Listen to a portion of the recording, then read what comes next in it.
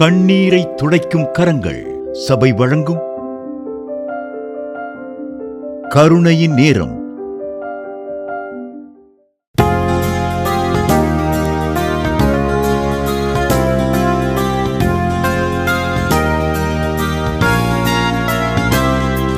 என் நீதியை வெளிச்சத்தை போலாக்குவீர், என் நியாயத்தை பட்ட பகல் போலாக்குவீர். என் நீதியை வெளிச்சத்தை போலாக்குவீர், என் நியாயத்தை பட்ட பகல் போலாக்குவீர். உமக்காய் காத்திருப்பேன், உம்மையே பற்றிக் கொள்ளுவேன். வார்த்தையால் திருப்தியாவேன், உம் சமூகத்தில் அகமகிழ்வேன். உமக்காய் காத்திருப்பேன், உம்மையே பற்றிக் கொள்ளுவேன். உம் வார்த்தையால் திருப்தியாவேன், உம் சமூகத்தில் அகமகிழ்வேன். ஏசையா ஏசையா ஏசையா, என் நீதி நீர்தானையா. ஏசையா ஏசையா ஏசையா, என் நீதி நீர்தானையா. யெகோவா சிட்கேனோ நீர்தானையா, எங்கள் நீதி தெய்வம் நீர்தானையா. யெகோவா சிட்கேனோ நீர்தானையா, எங்கள் நீதி தெய்வம் நீர்தானையா. துன்மார்க்கரின் செல்வ திரட்சியை பார்க்கிலும் நீதிமான் என்னுடைய கொஞ்சம் நல்லது. துன்மார்க்கரின் செல்வ திரட்சியை பார்க்கிலும் நீதிமான் என்னுடைய கொஞ்சம் நல்லது. நிரந்தர சுதந்திரம் இது, என் கர்த்தர் எனக்கு நீ தந்தது. நித்தம் பெருகும் கிருபை கொண்டது, என் கர்த்தர் எனக்கு நீ தந்தது. நிரந்தர சுதந்திரம் இது, என் கர்த்தர் எனக்கு நீ தந்தது. நித்தம் பெருகும் கிருபை கொண்டது, என் கர்த்தர் எனக்கு நீ தந்தது. ஏசையா ஏசையா ஏசையா, என் நீதி நீர்தானையா. ஏசையா ஏசையா ஏசையா, என் நீதி நீர்தானையா. யெகோவா சிட்கேனோ நீர்தானையா, எங்கள் நீதி தெய்வம் நீர்தானையா. யெகோவா சிட்கேனோ நீர்தானையா, எங்கள் நீதி தெய்வம் நீர்தானையா. நண்பகல் மட்டும் அதிகம் அதிகமாய் பிரகாசிக்கும் சூரியன் போல் என் பாதைகள் எல்லாம் அதிகம் அதிகமாய் பிரகாசிக்க செய்பவர் நீர். நண்பகல் மட்டும் அதிகம் அதிகமாய் பிரகாசிக்கும் சூரியன் போல் என் பாதைகள் எல்லாம் அதிகம் அதிகமாய் பிரகாசிக்க செய்பவர் நீர். யெகோவா சிட்கேனோ நீர்தானையா, எங்கள் நீதி தெய்வம் நீர்தானையா. யெகோவா சிட்கேனோ நீர்தானையா, எங்கள் நீதி தெய்வம் நீர்தானையா.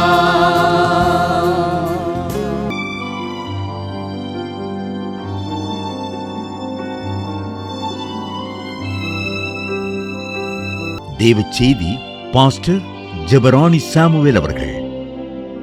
கர்த்தருக்கு ஸ்தோத்திரம்.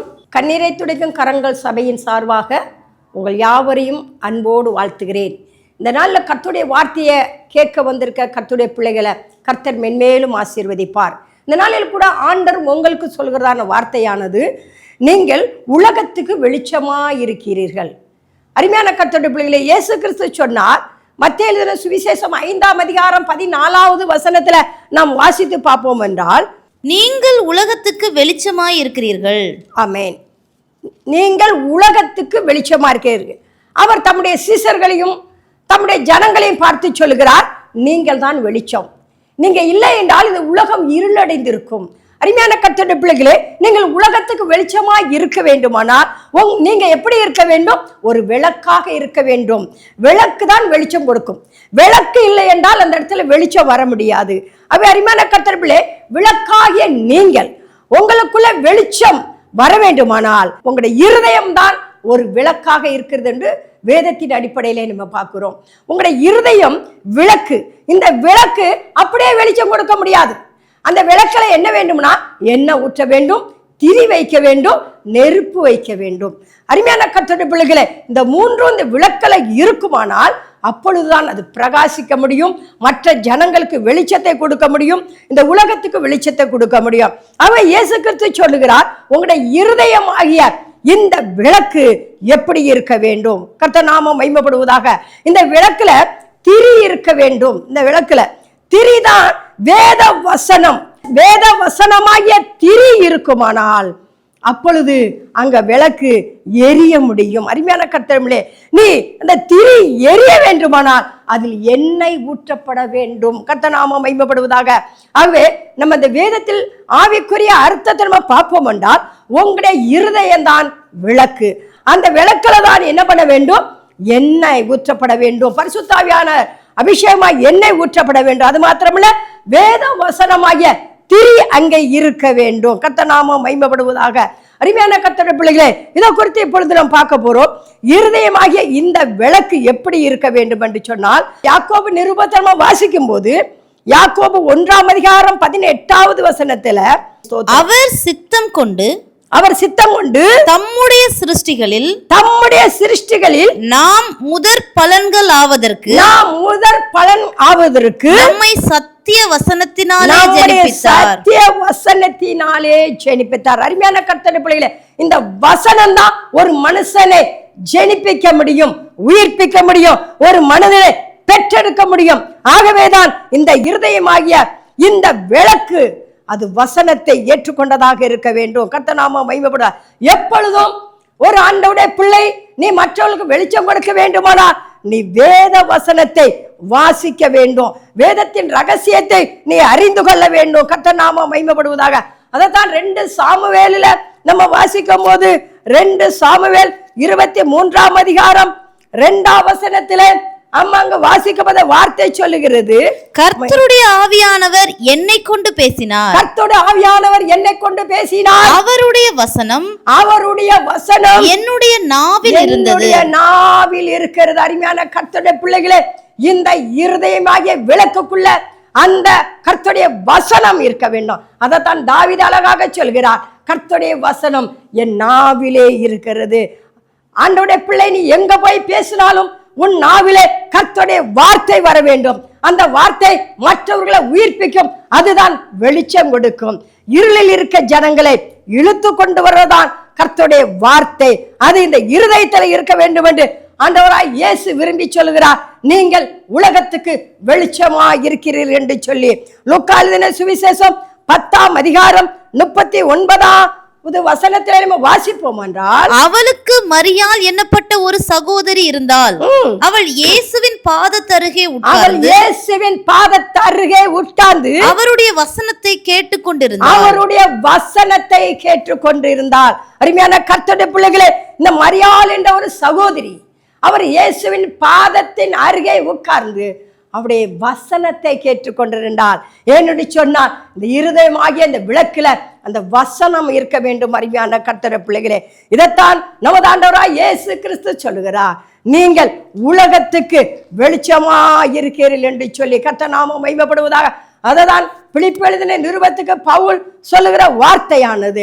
2ஆம் அதிகாரம் 14வது வசனத்திலே நாம் வாசிப்போம் என்றால், நான் வீணாக ஓடினதும் வீணாக பிரயாசப்பட்டதும் இல்லை என்கிற மகிழ்ச்சி கிறிஸ்துவின் நாளில் எனக்கு உண்டாயிருப்பதற்கு ஜீவ வசனத்தை பிடித்துக்கொண்டு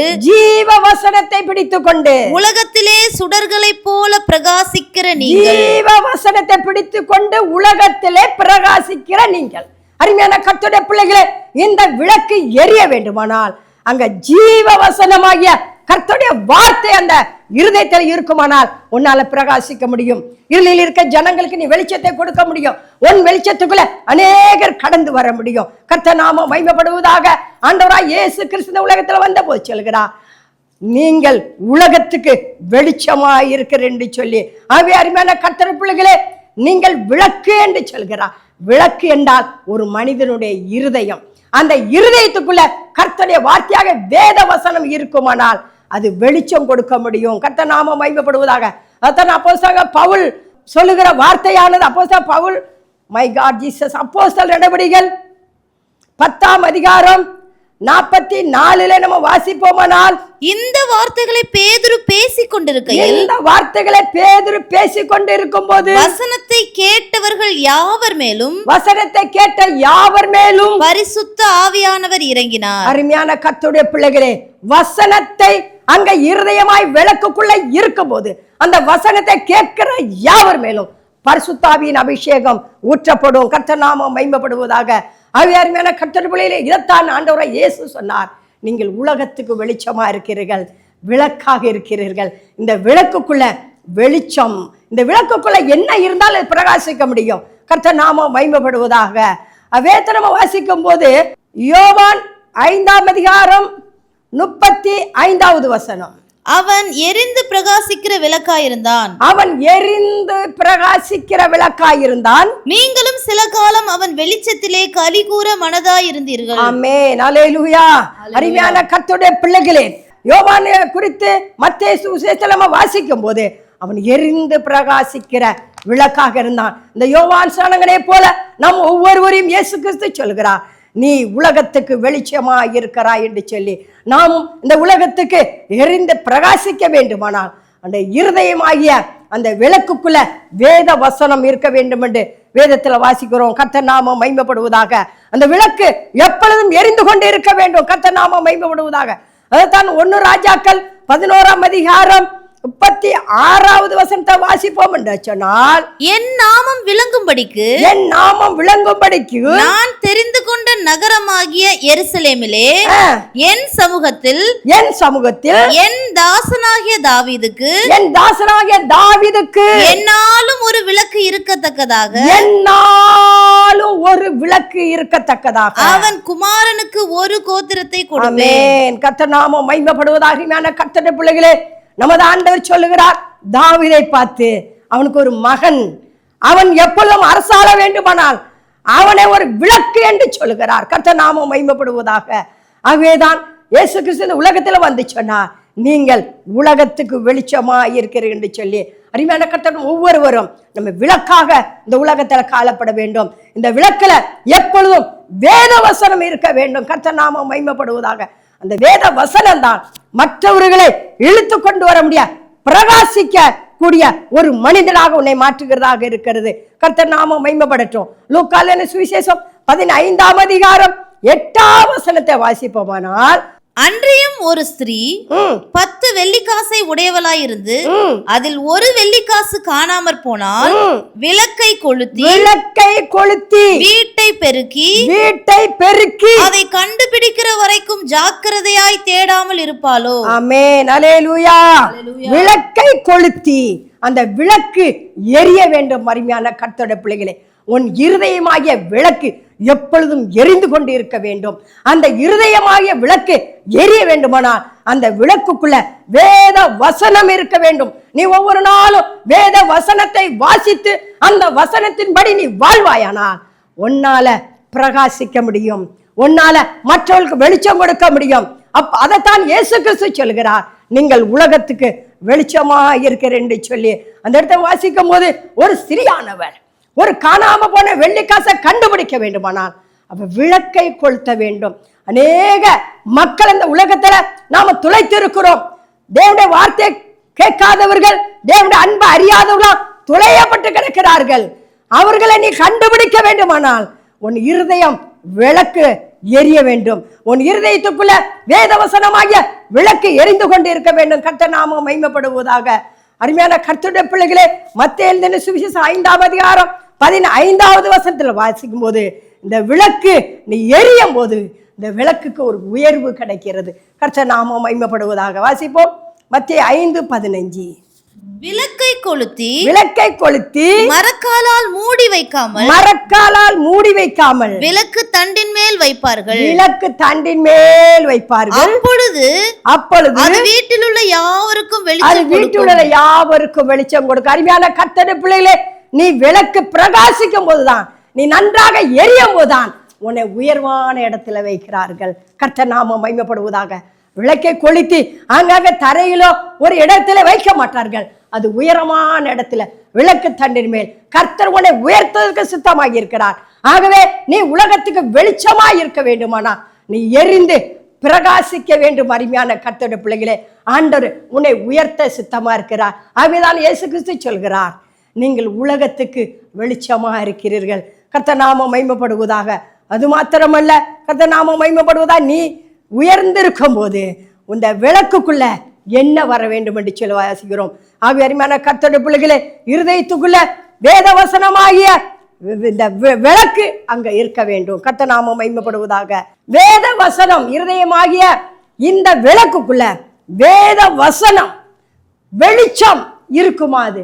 அப்பொழுதுதான் மற்றவர்களை நீ கர்த்தருடைய பாதத்துக்கு கொண்டு வர முடியும். அது மாத்திரமல்ல, இந்த விளக்குக்குள்ள எண்ணெய் இருக்க வேண்டும். இந்த விளக்கு எரிய வேண்டுமானா அந்த விளக்குல எண்ணெய் ஊற்ற வேண்டும். கர்த்தர் அதைத்தான் வேதத்துல வாசிக்கும் போது கர்த்தர் நாமம் லூக்கால சுவிசேஷம் 4ஆம் அதிகாரம் 18வது வசனத்துல வாசிக்கும் போது, கர்த்தருடைய ஆவியானவர் என் மேல் இருக்கிறார், தரித்திரருக்கு சுவிசேஷத்தை பிரசங்கிக்கும்படி என்னை அபிஷேகம் பண்ணினார், இருதயம் நறுங்குண்டவர்களை குணமாக்கவும், சிறைப்பட்டவர்களுக்கு விடுதலையையும், குருடருக்கு பார்வையையும் பிரசித்தப்படுத்தவும், நொறுங்குண்டவர்களை விடுதலையாக்கவும், கர்த்தருடைய அனுக்கிரக வருஷத்தை பிரசித்தப்படுத்தவும் என்னை அனுப்பினார் என்று எழுதியிருக்கிற இடத்தை அவர் கண்டு வாசித்து புஸ்தகத்தை சுருட்டி பணிவிடைக்காரனிடத்தில் கொடுத்து உட்கார்ந்தார். ஆமென், அல்லேலூயா.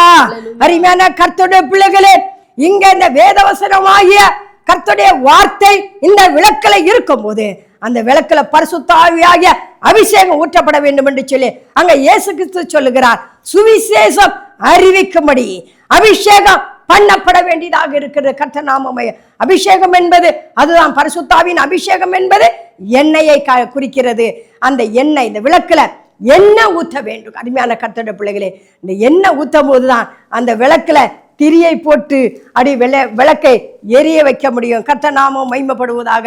வேதவசனத்தை வாசிக்கும் போது அப்போஸ்தலர் 2ஆம் அதிகாரம் 1, 2, 3, 4 வசனத்தை வாசிக்கும் போது அங்க பரிசுத்தாவின் அபிஷேகம் பெற்ற உடனே அங்க பேதுரு எழும்பி கர்த்தருடைய வார்த்தையை பிரசங்கிக்கும்படி ஆண்டவர் அவனை தைரியப்படுத்துகிறார். வாசிப்போம். அப்போஸ்தலர் 2. பெந்தெகோஸ்தே என்னும் நாள் வந்தபோது அவர்கள் எல்லாரும் ஒருமனப்பட்டு ஓரிடத்திலே வந்திருந்தார்கள். அப்பொழுது பலத்த காற்று அடிக்கிற முழக்கம் போல வானத்திலிருந்து சடிதியாய் ஒரு முழக்கம் உண்டாகி அவர்கள் உட்கார்ந்திருந்த வீடு முழுவதையும் நிரப்பிற்று. அல்லாமலும் அக்கினி மயமான நாவுகள் போல பிரிந்திருக்கும் நாவுகள் அவர்களுக்கு காணப்பட்டு அவர்கள் ஒவ்வொருவர் மேலும் வந்து அமர்ந்தது.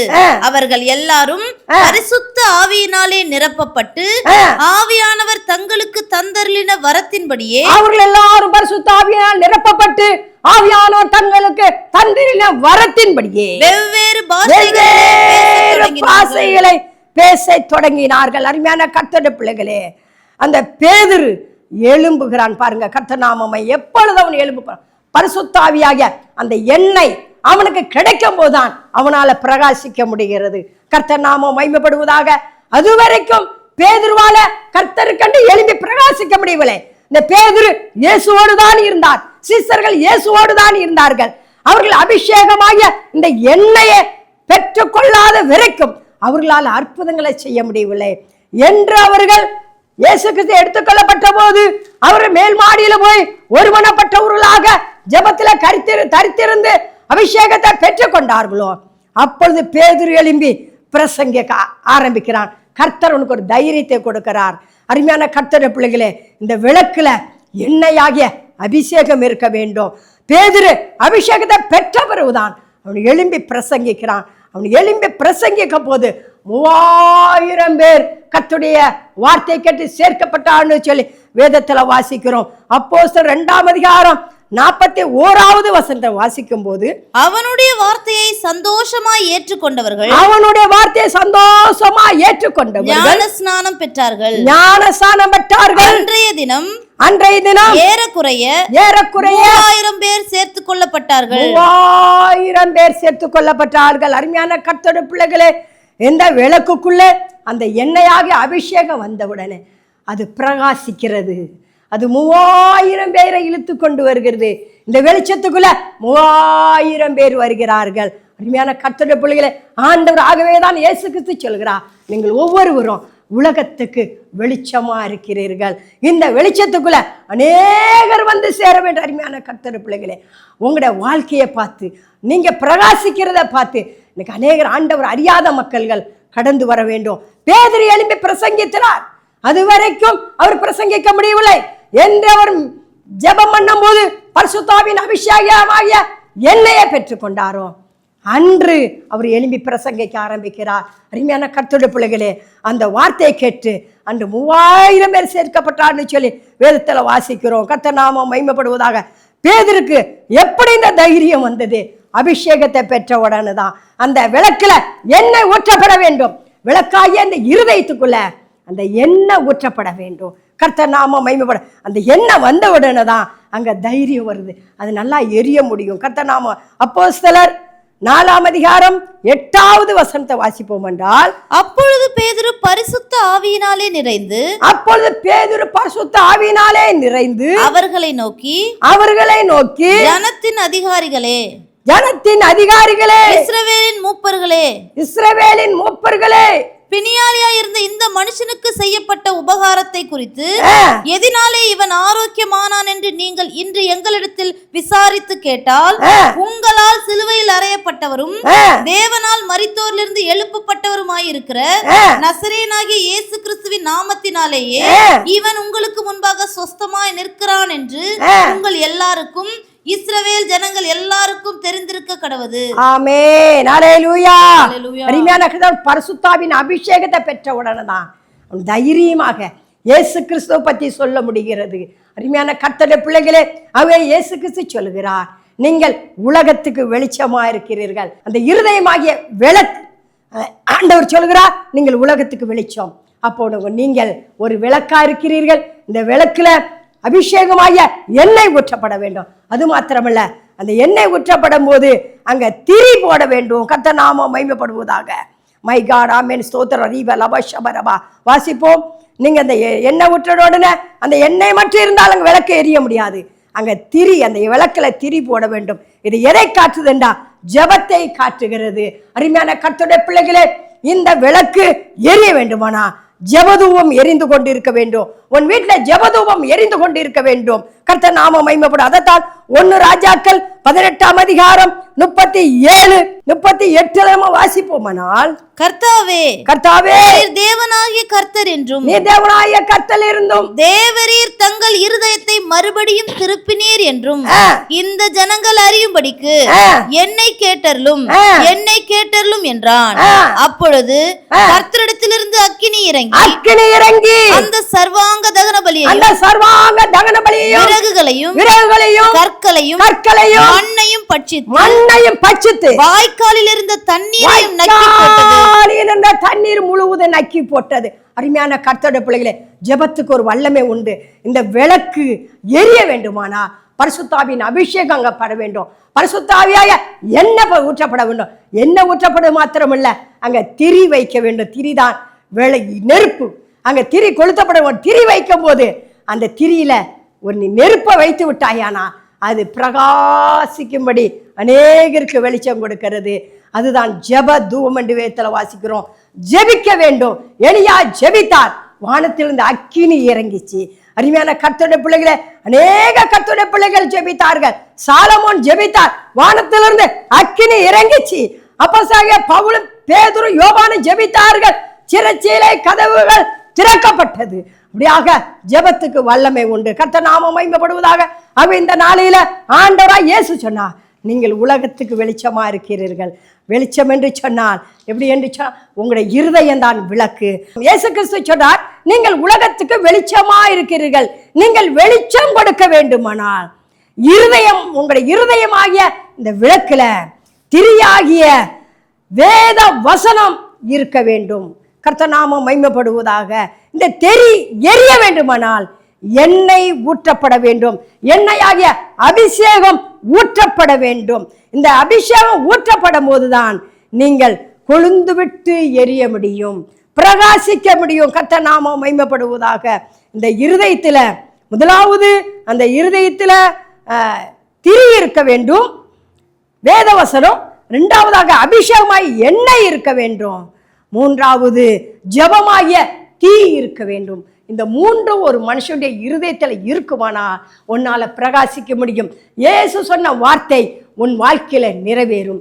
அவர் சொல்கிறார், நீங்கள் உலகத்துக்கு வெளிச்சமா இருக்கிறீர்கள். நீங்கள் வெளிச்சமா இருக்க கர்த்தர் உங்களை ஆசீர்வதிப்பாராக.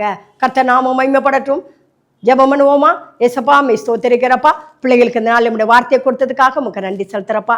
ஏசப்பா, நீங்கள் சொன்ன வார்த்தைப்படி நீங்கள் உலகத்துக்கு வெளிச்சமாக இருக்கிறீர்கள். நாங்கள் வெளிச்சமாக இருக்க வேண்டுமானா என் ஆண்டவர் இன்னைக்கு எங்களுக்கு சொன்ன வார்த்தைப்படி எங்களுடைய இருதயமாகி இந்த விளக்குல ஏசப்பா உம்முடைய வார்த்தைகள் எப்பொழுது எங்களுடைய இருதயத்துக்குள்ள இருந்து பிரகாசிக்க செய்யுங்கப்பா. உங்க நாமம் மகிமைப்படட்டும். இந்த வார்த்தைப்படியே நாங்கள் உலகத்தில் வாழ்ந்து பிரகாசித்து உங்க நாமத்தை மகிமைப்பட்ட கிருபைதாங்க. வார்த்தை கேட்ட ஒவ்வொரு பிள்ளைகளும் உமக்குள்ளாக விளக்காக இருந்து அநேகரை இந்த வெளிச்சத்துக்குள்ள கூட்டி கொண்டு வர கிருபைதாங்க. உங்க நாமத்தை மகிமைப்படுத்துங்க. எல்லாவற்றையும் இயேசுவின் நாமத்தை கொள்றோம் பிதாவே, ஆமென். அல்லேலூயா, அல்லேலூயா. மேலும் விவரங்களுக்கும் உங்கள் ஜெப தேவைகளுக்கும் தொடர்பு கொள்ள கண்ணீரை துடைக்கும் கரங்கள் சபை 37A கல்லமேட்டு தெரு, கள்ளக்குடி, டால்மியாபுரம், திருச்சி மாவட்டம். செல்போன் எண்கள் 9788189982 மற்றும் 9842050930.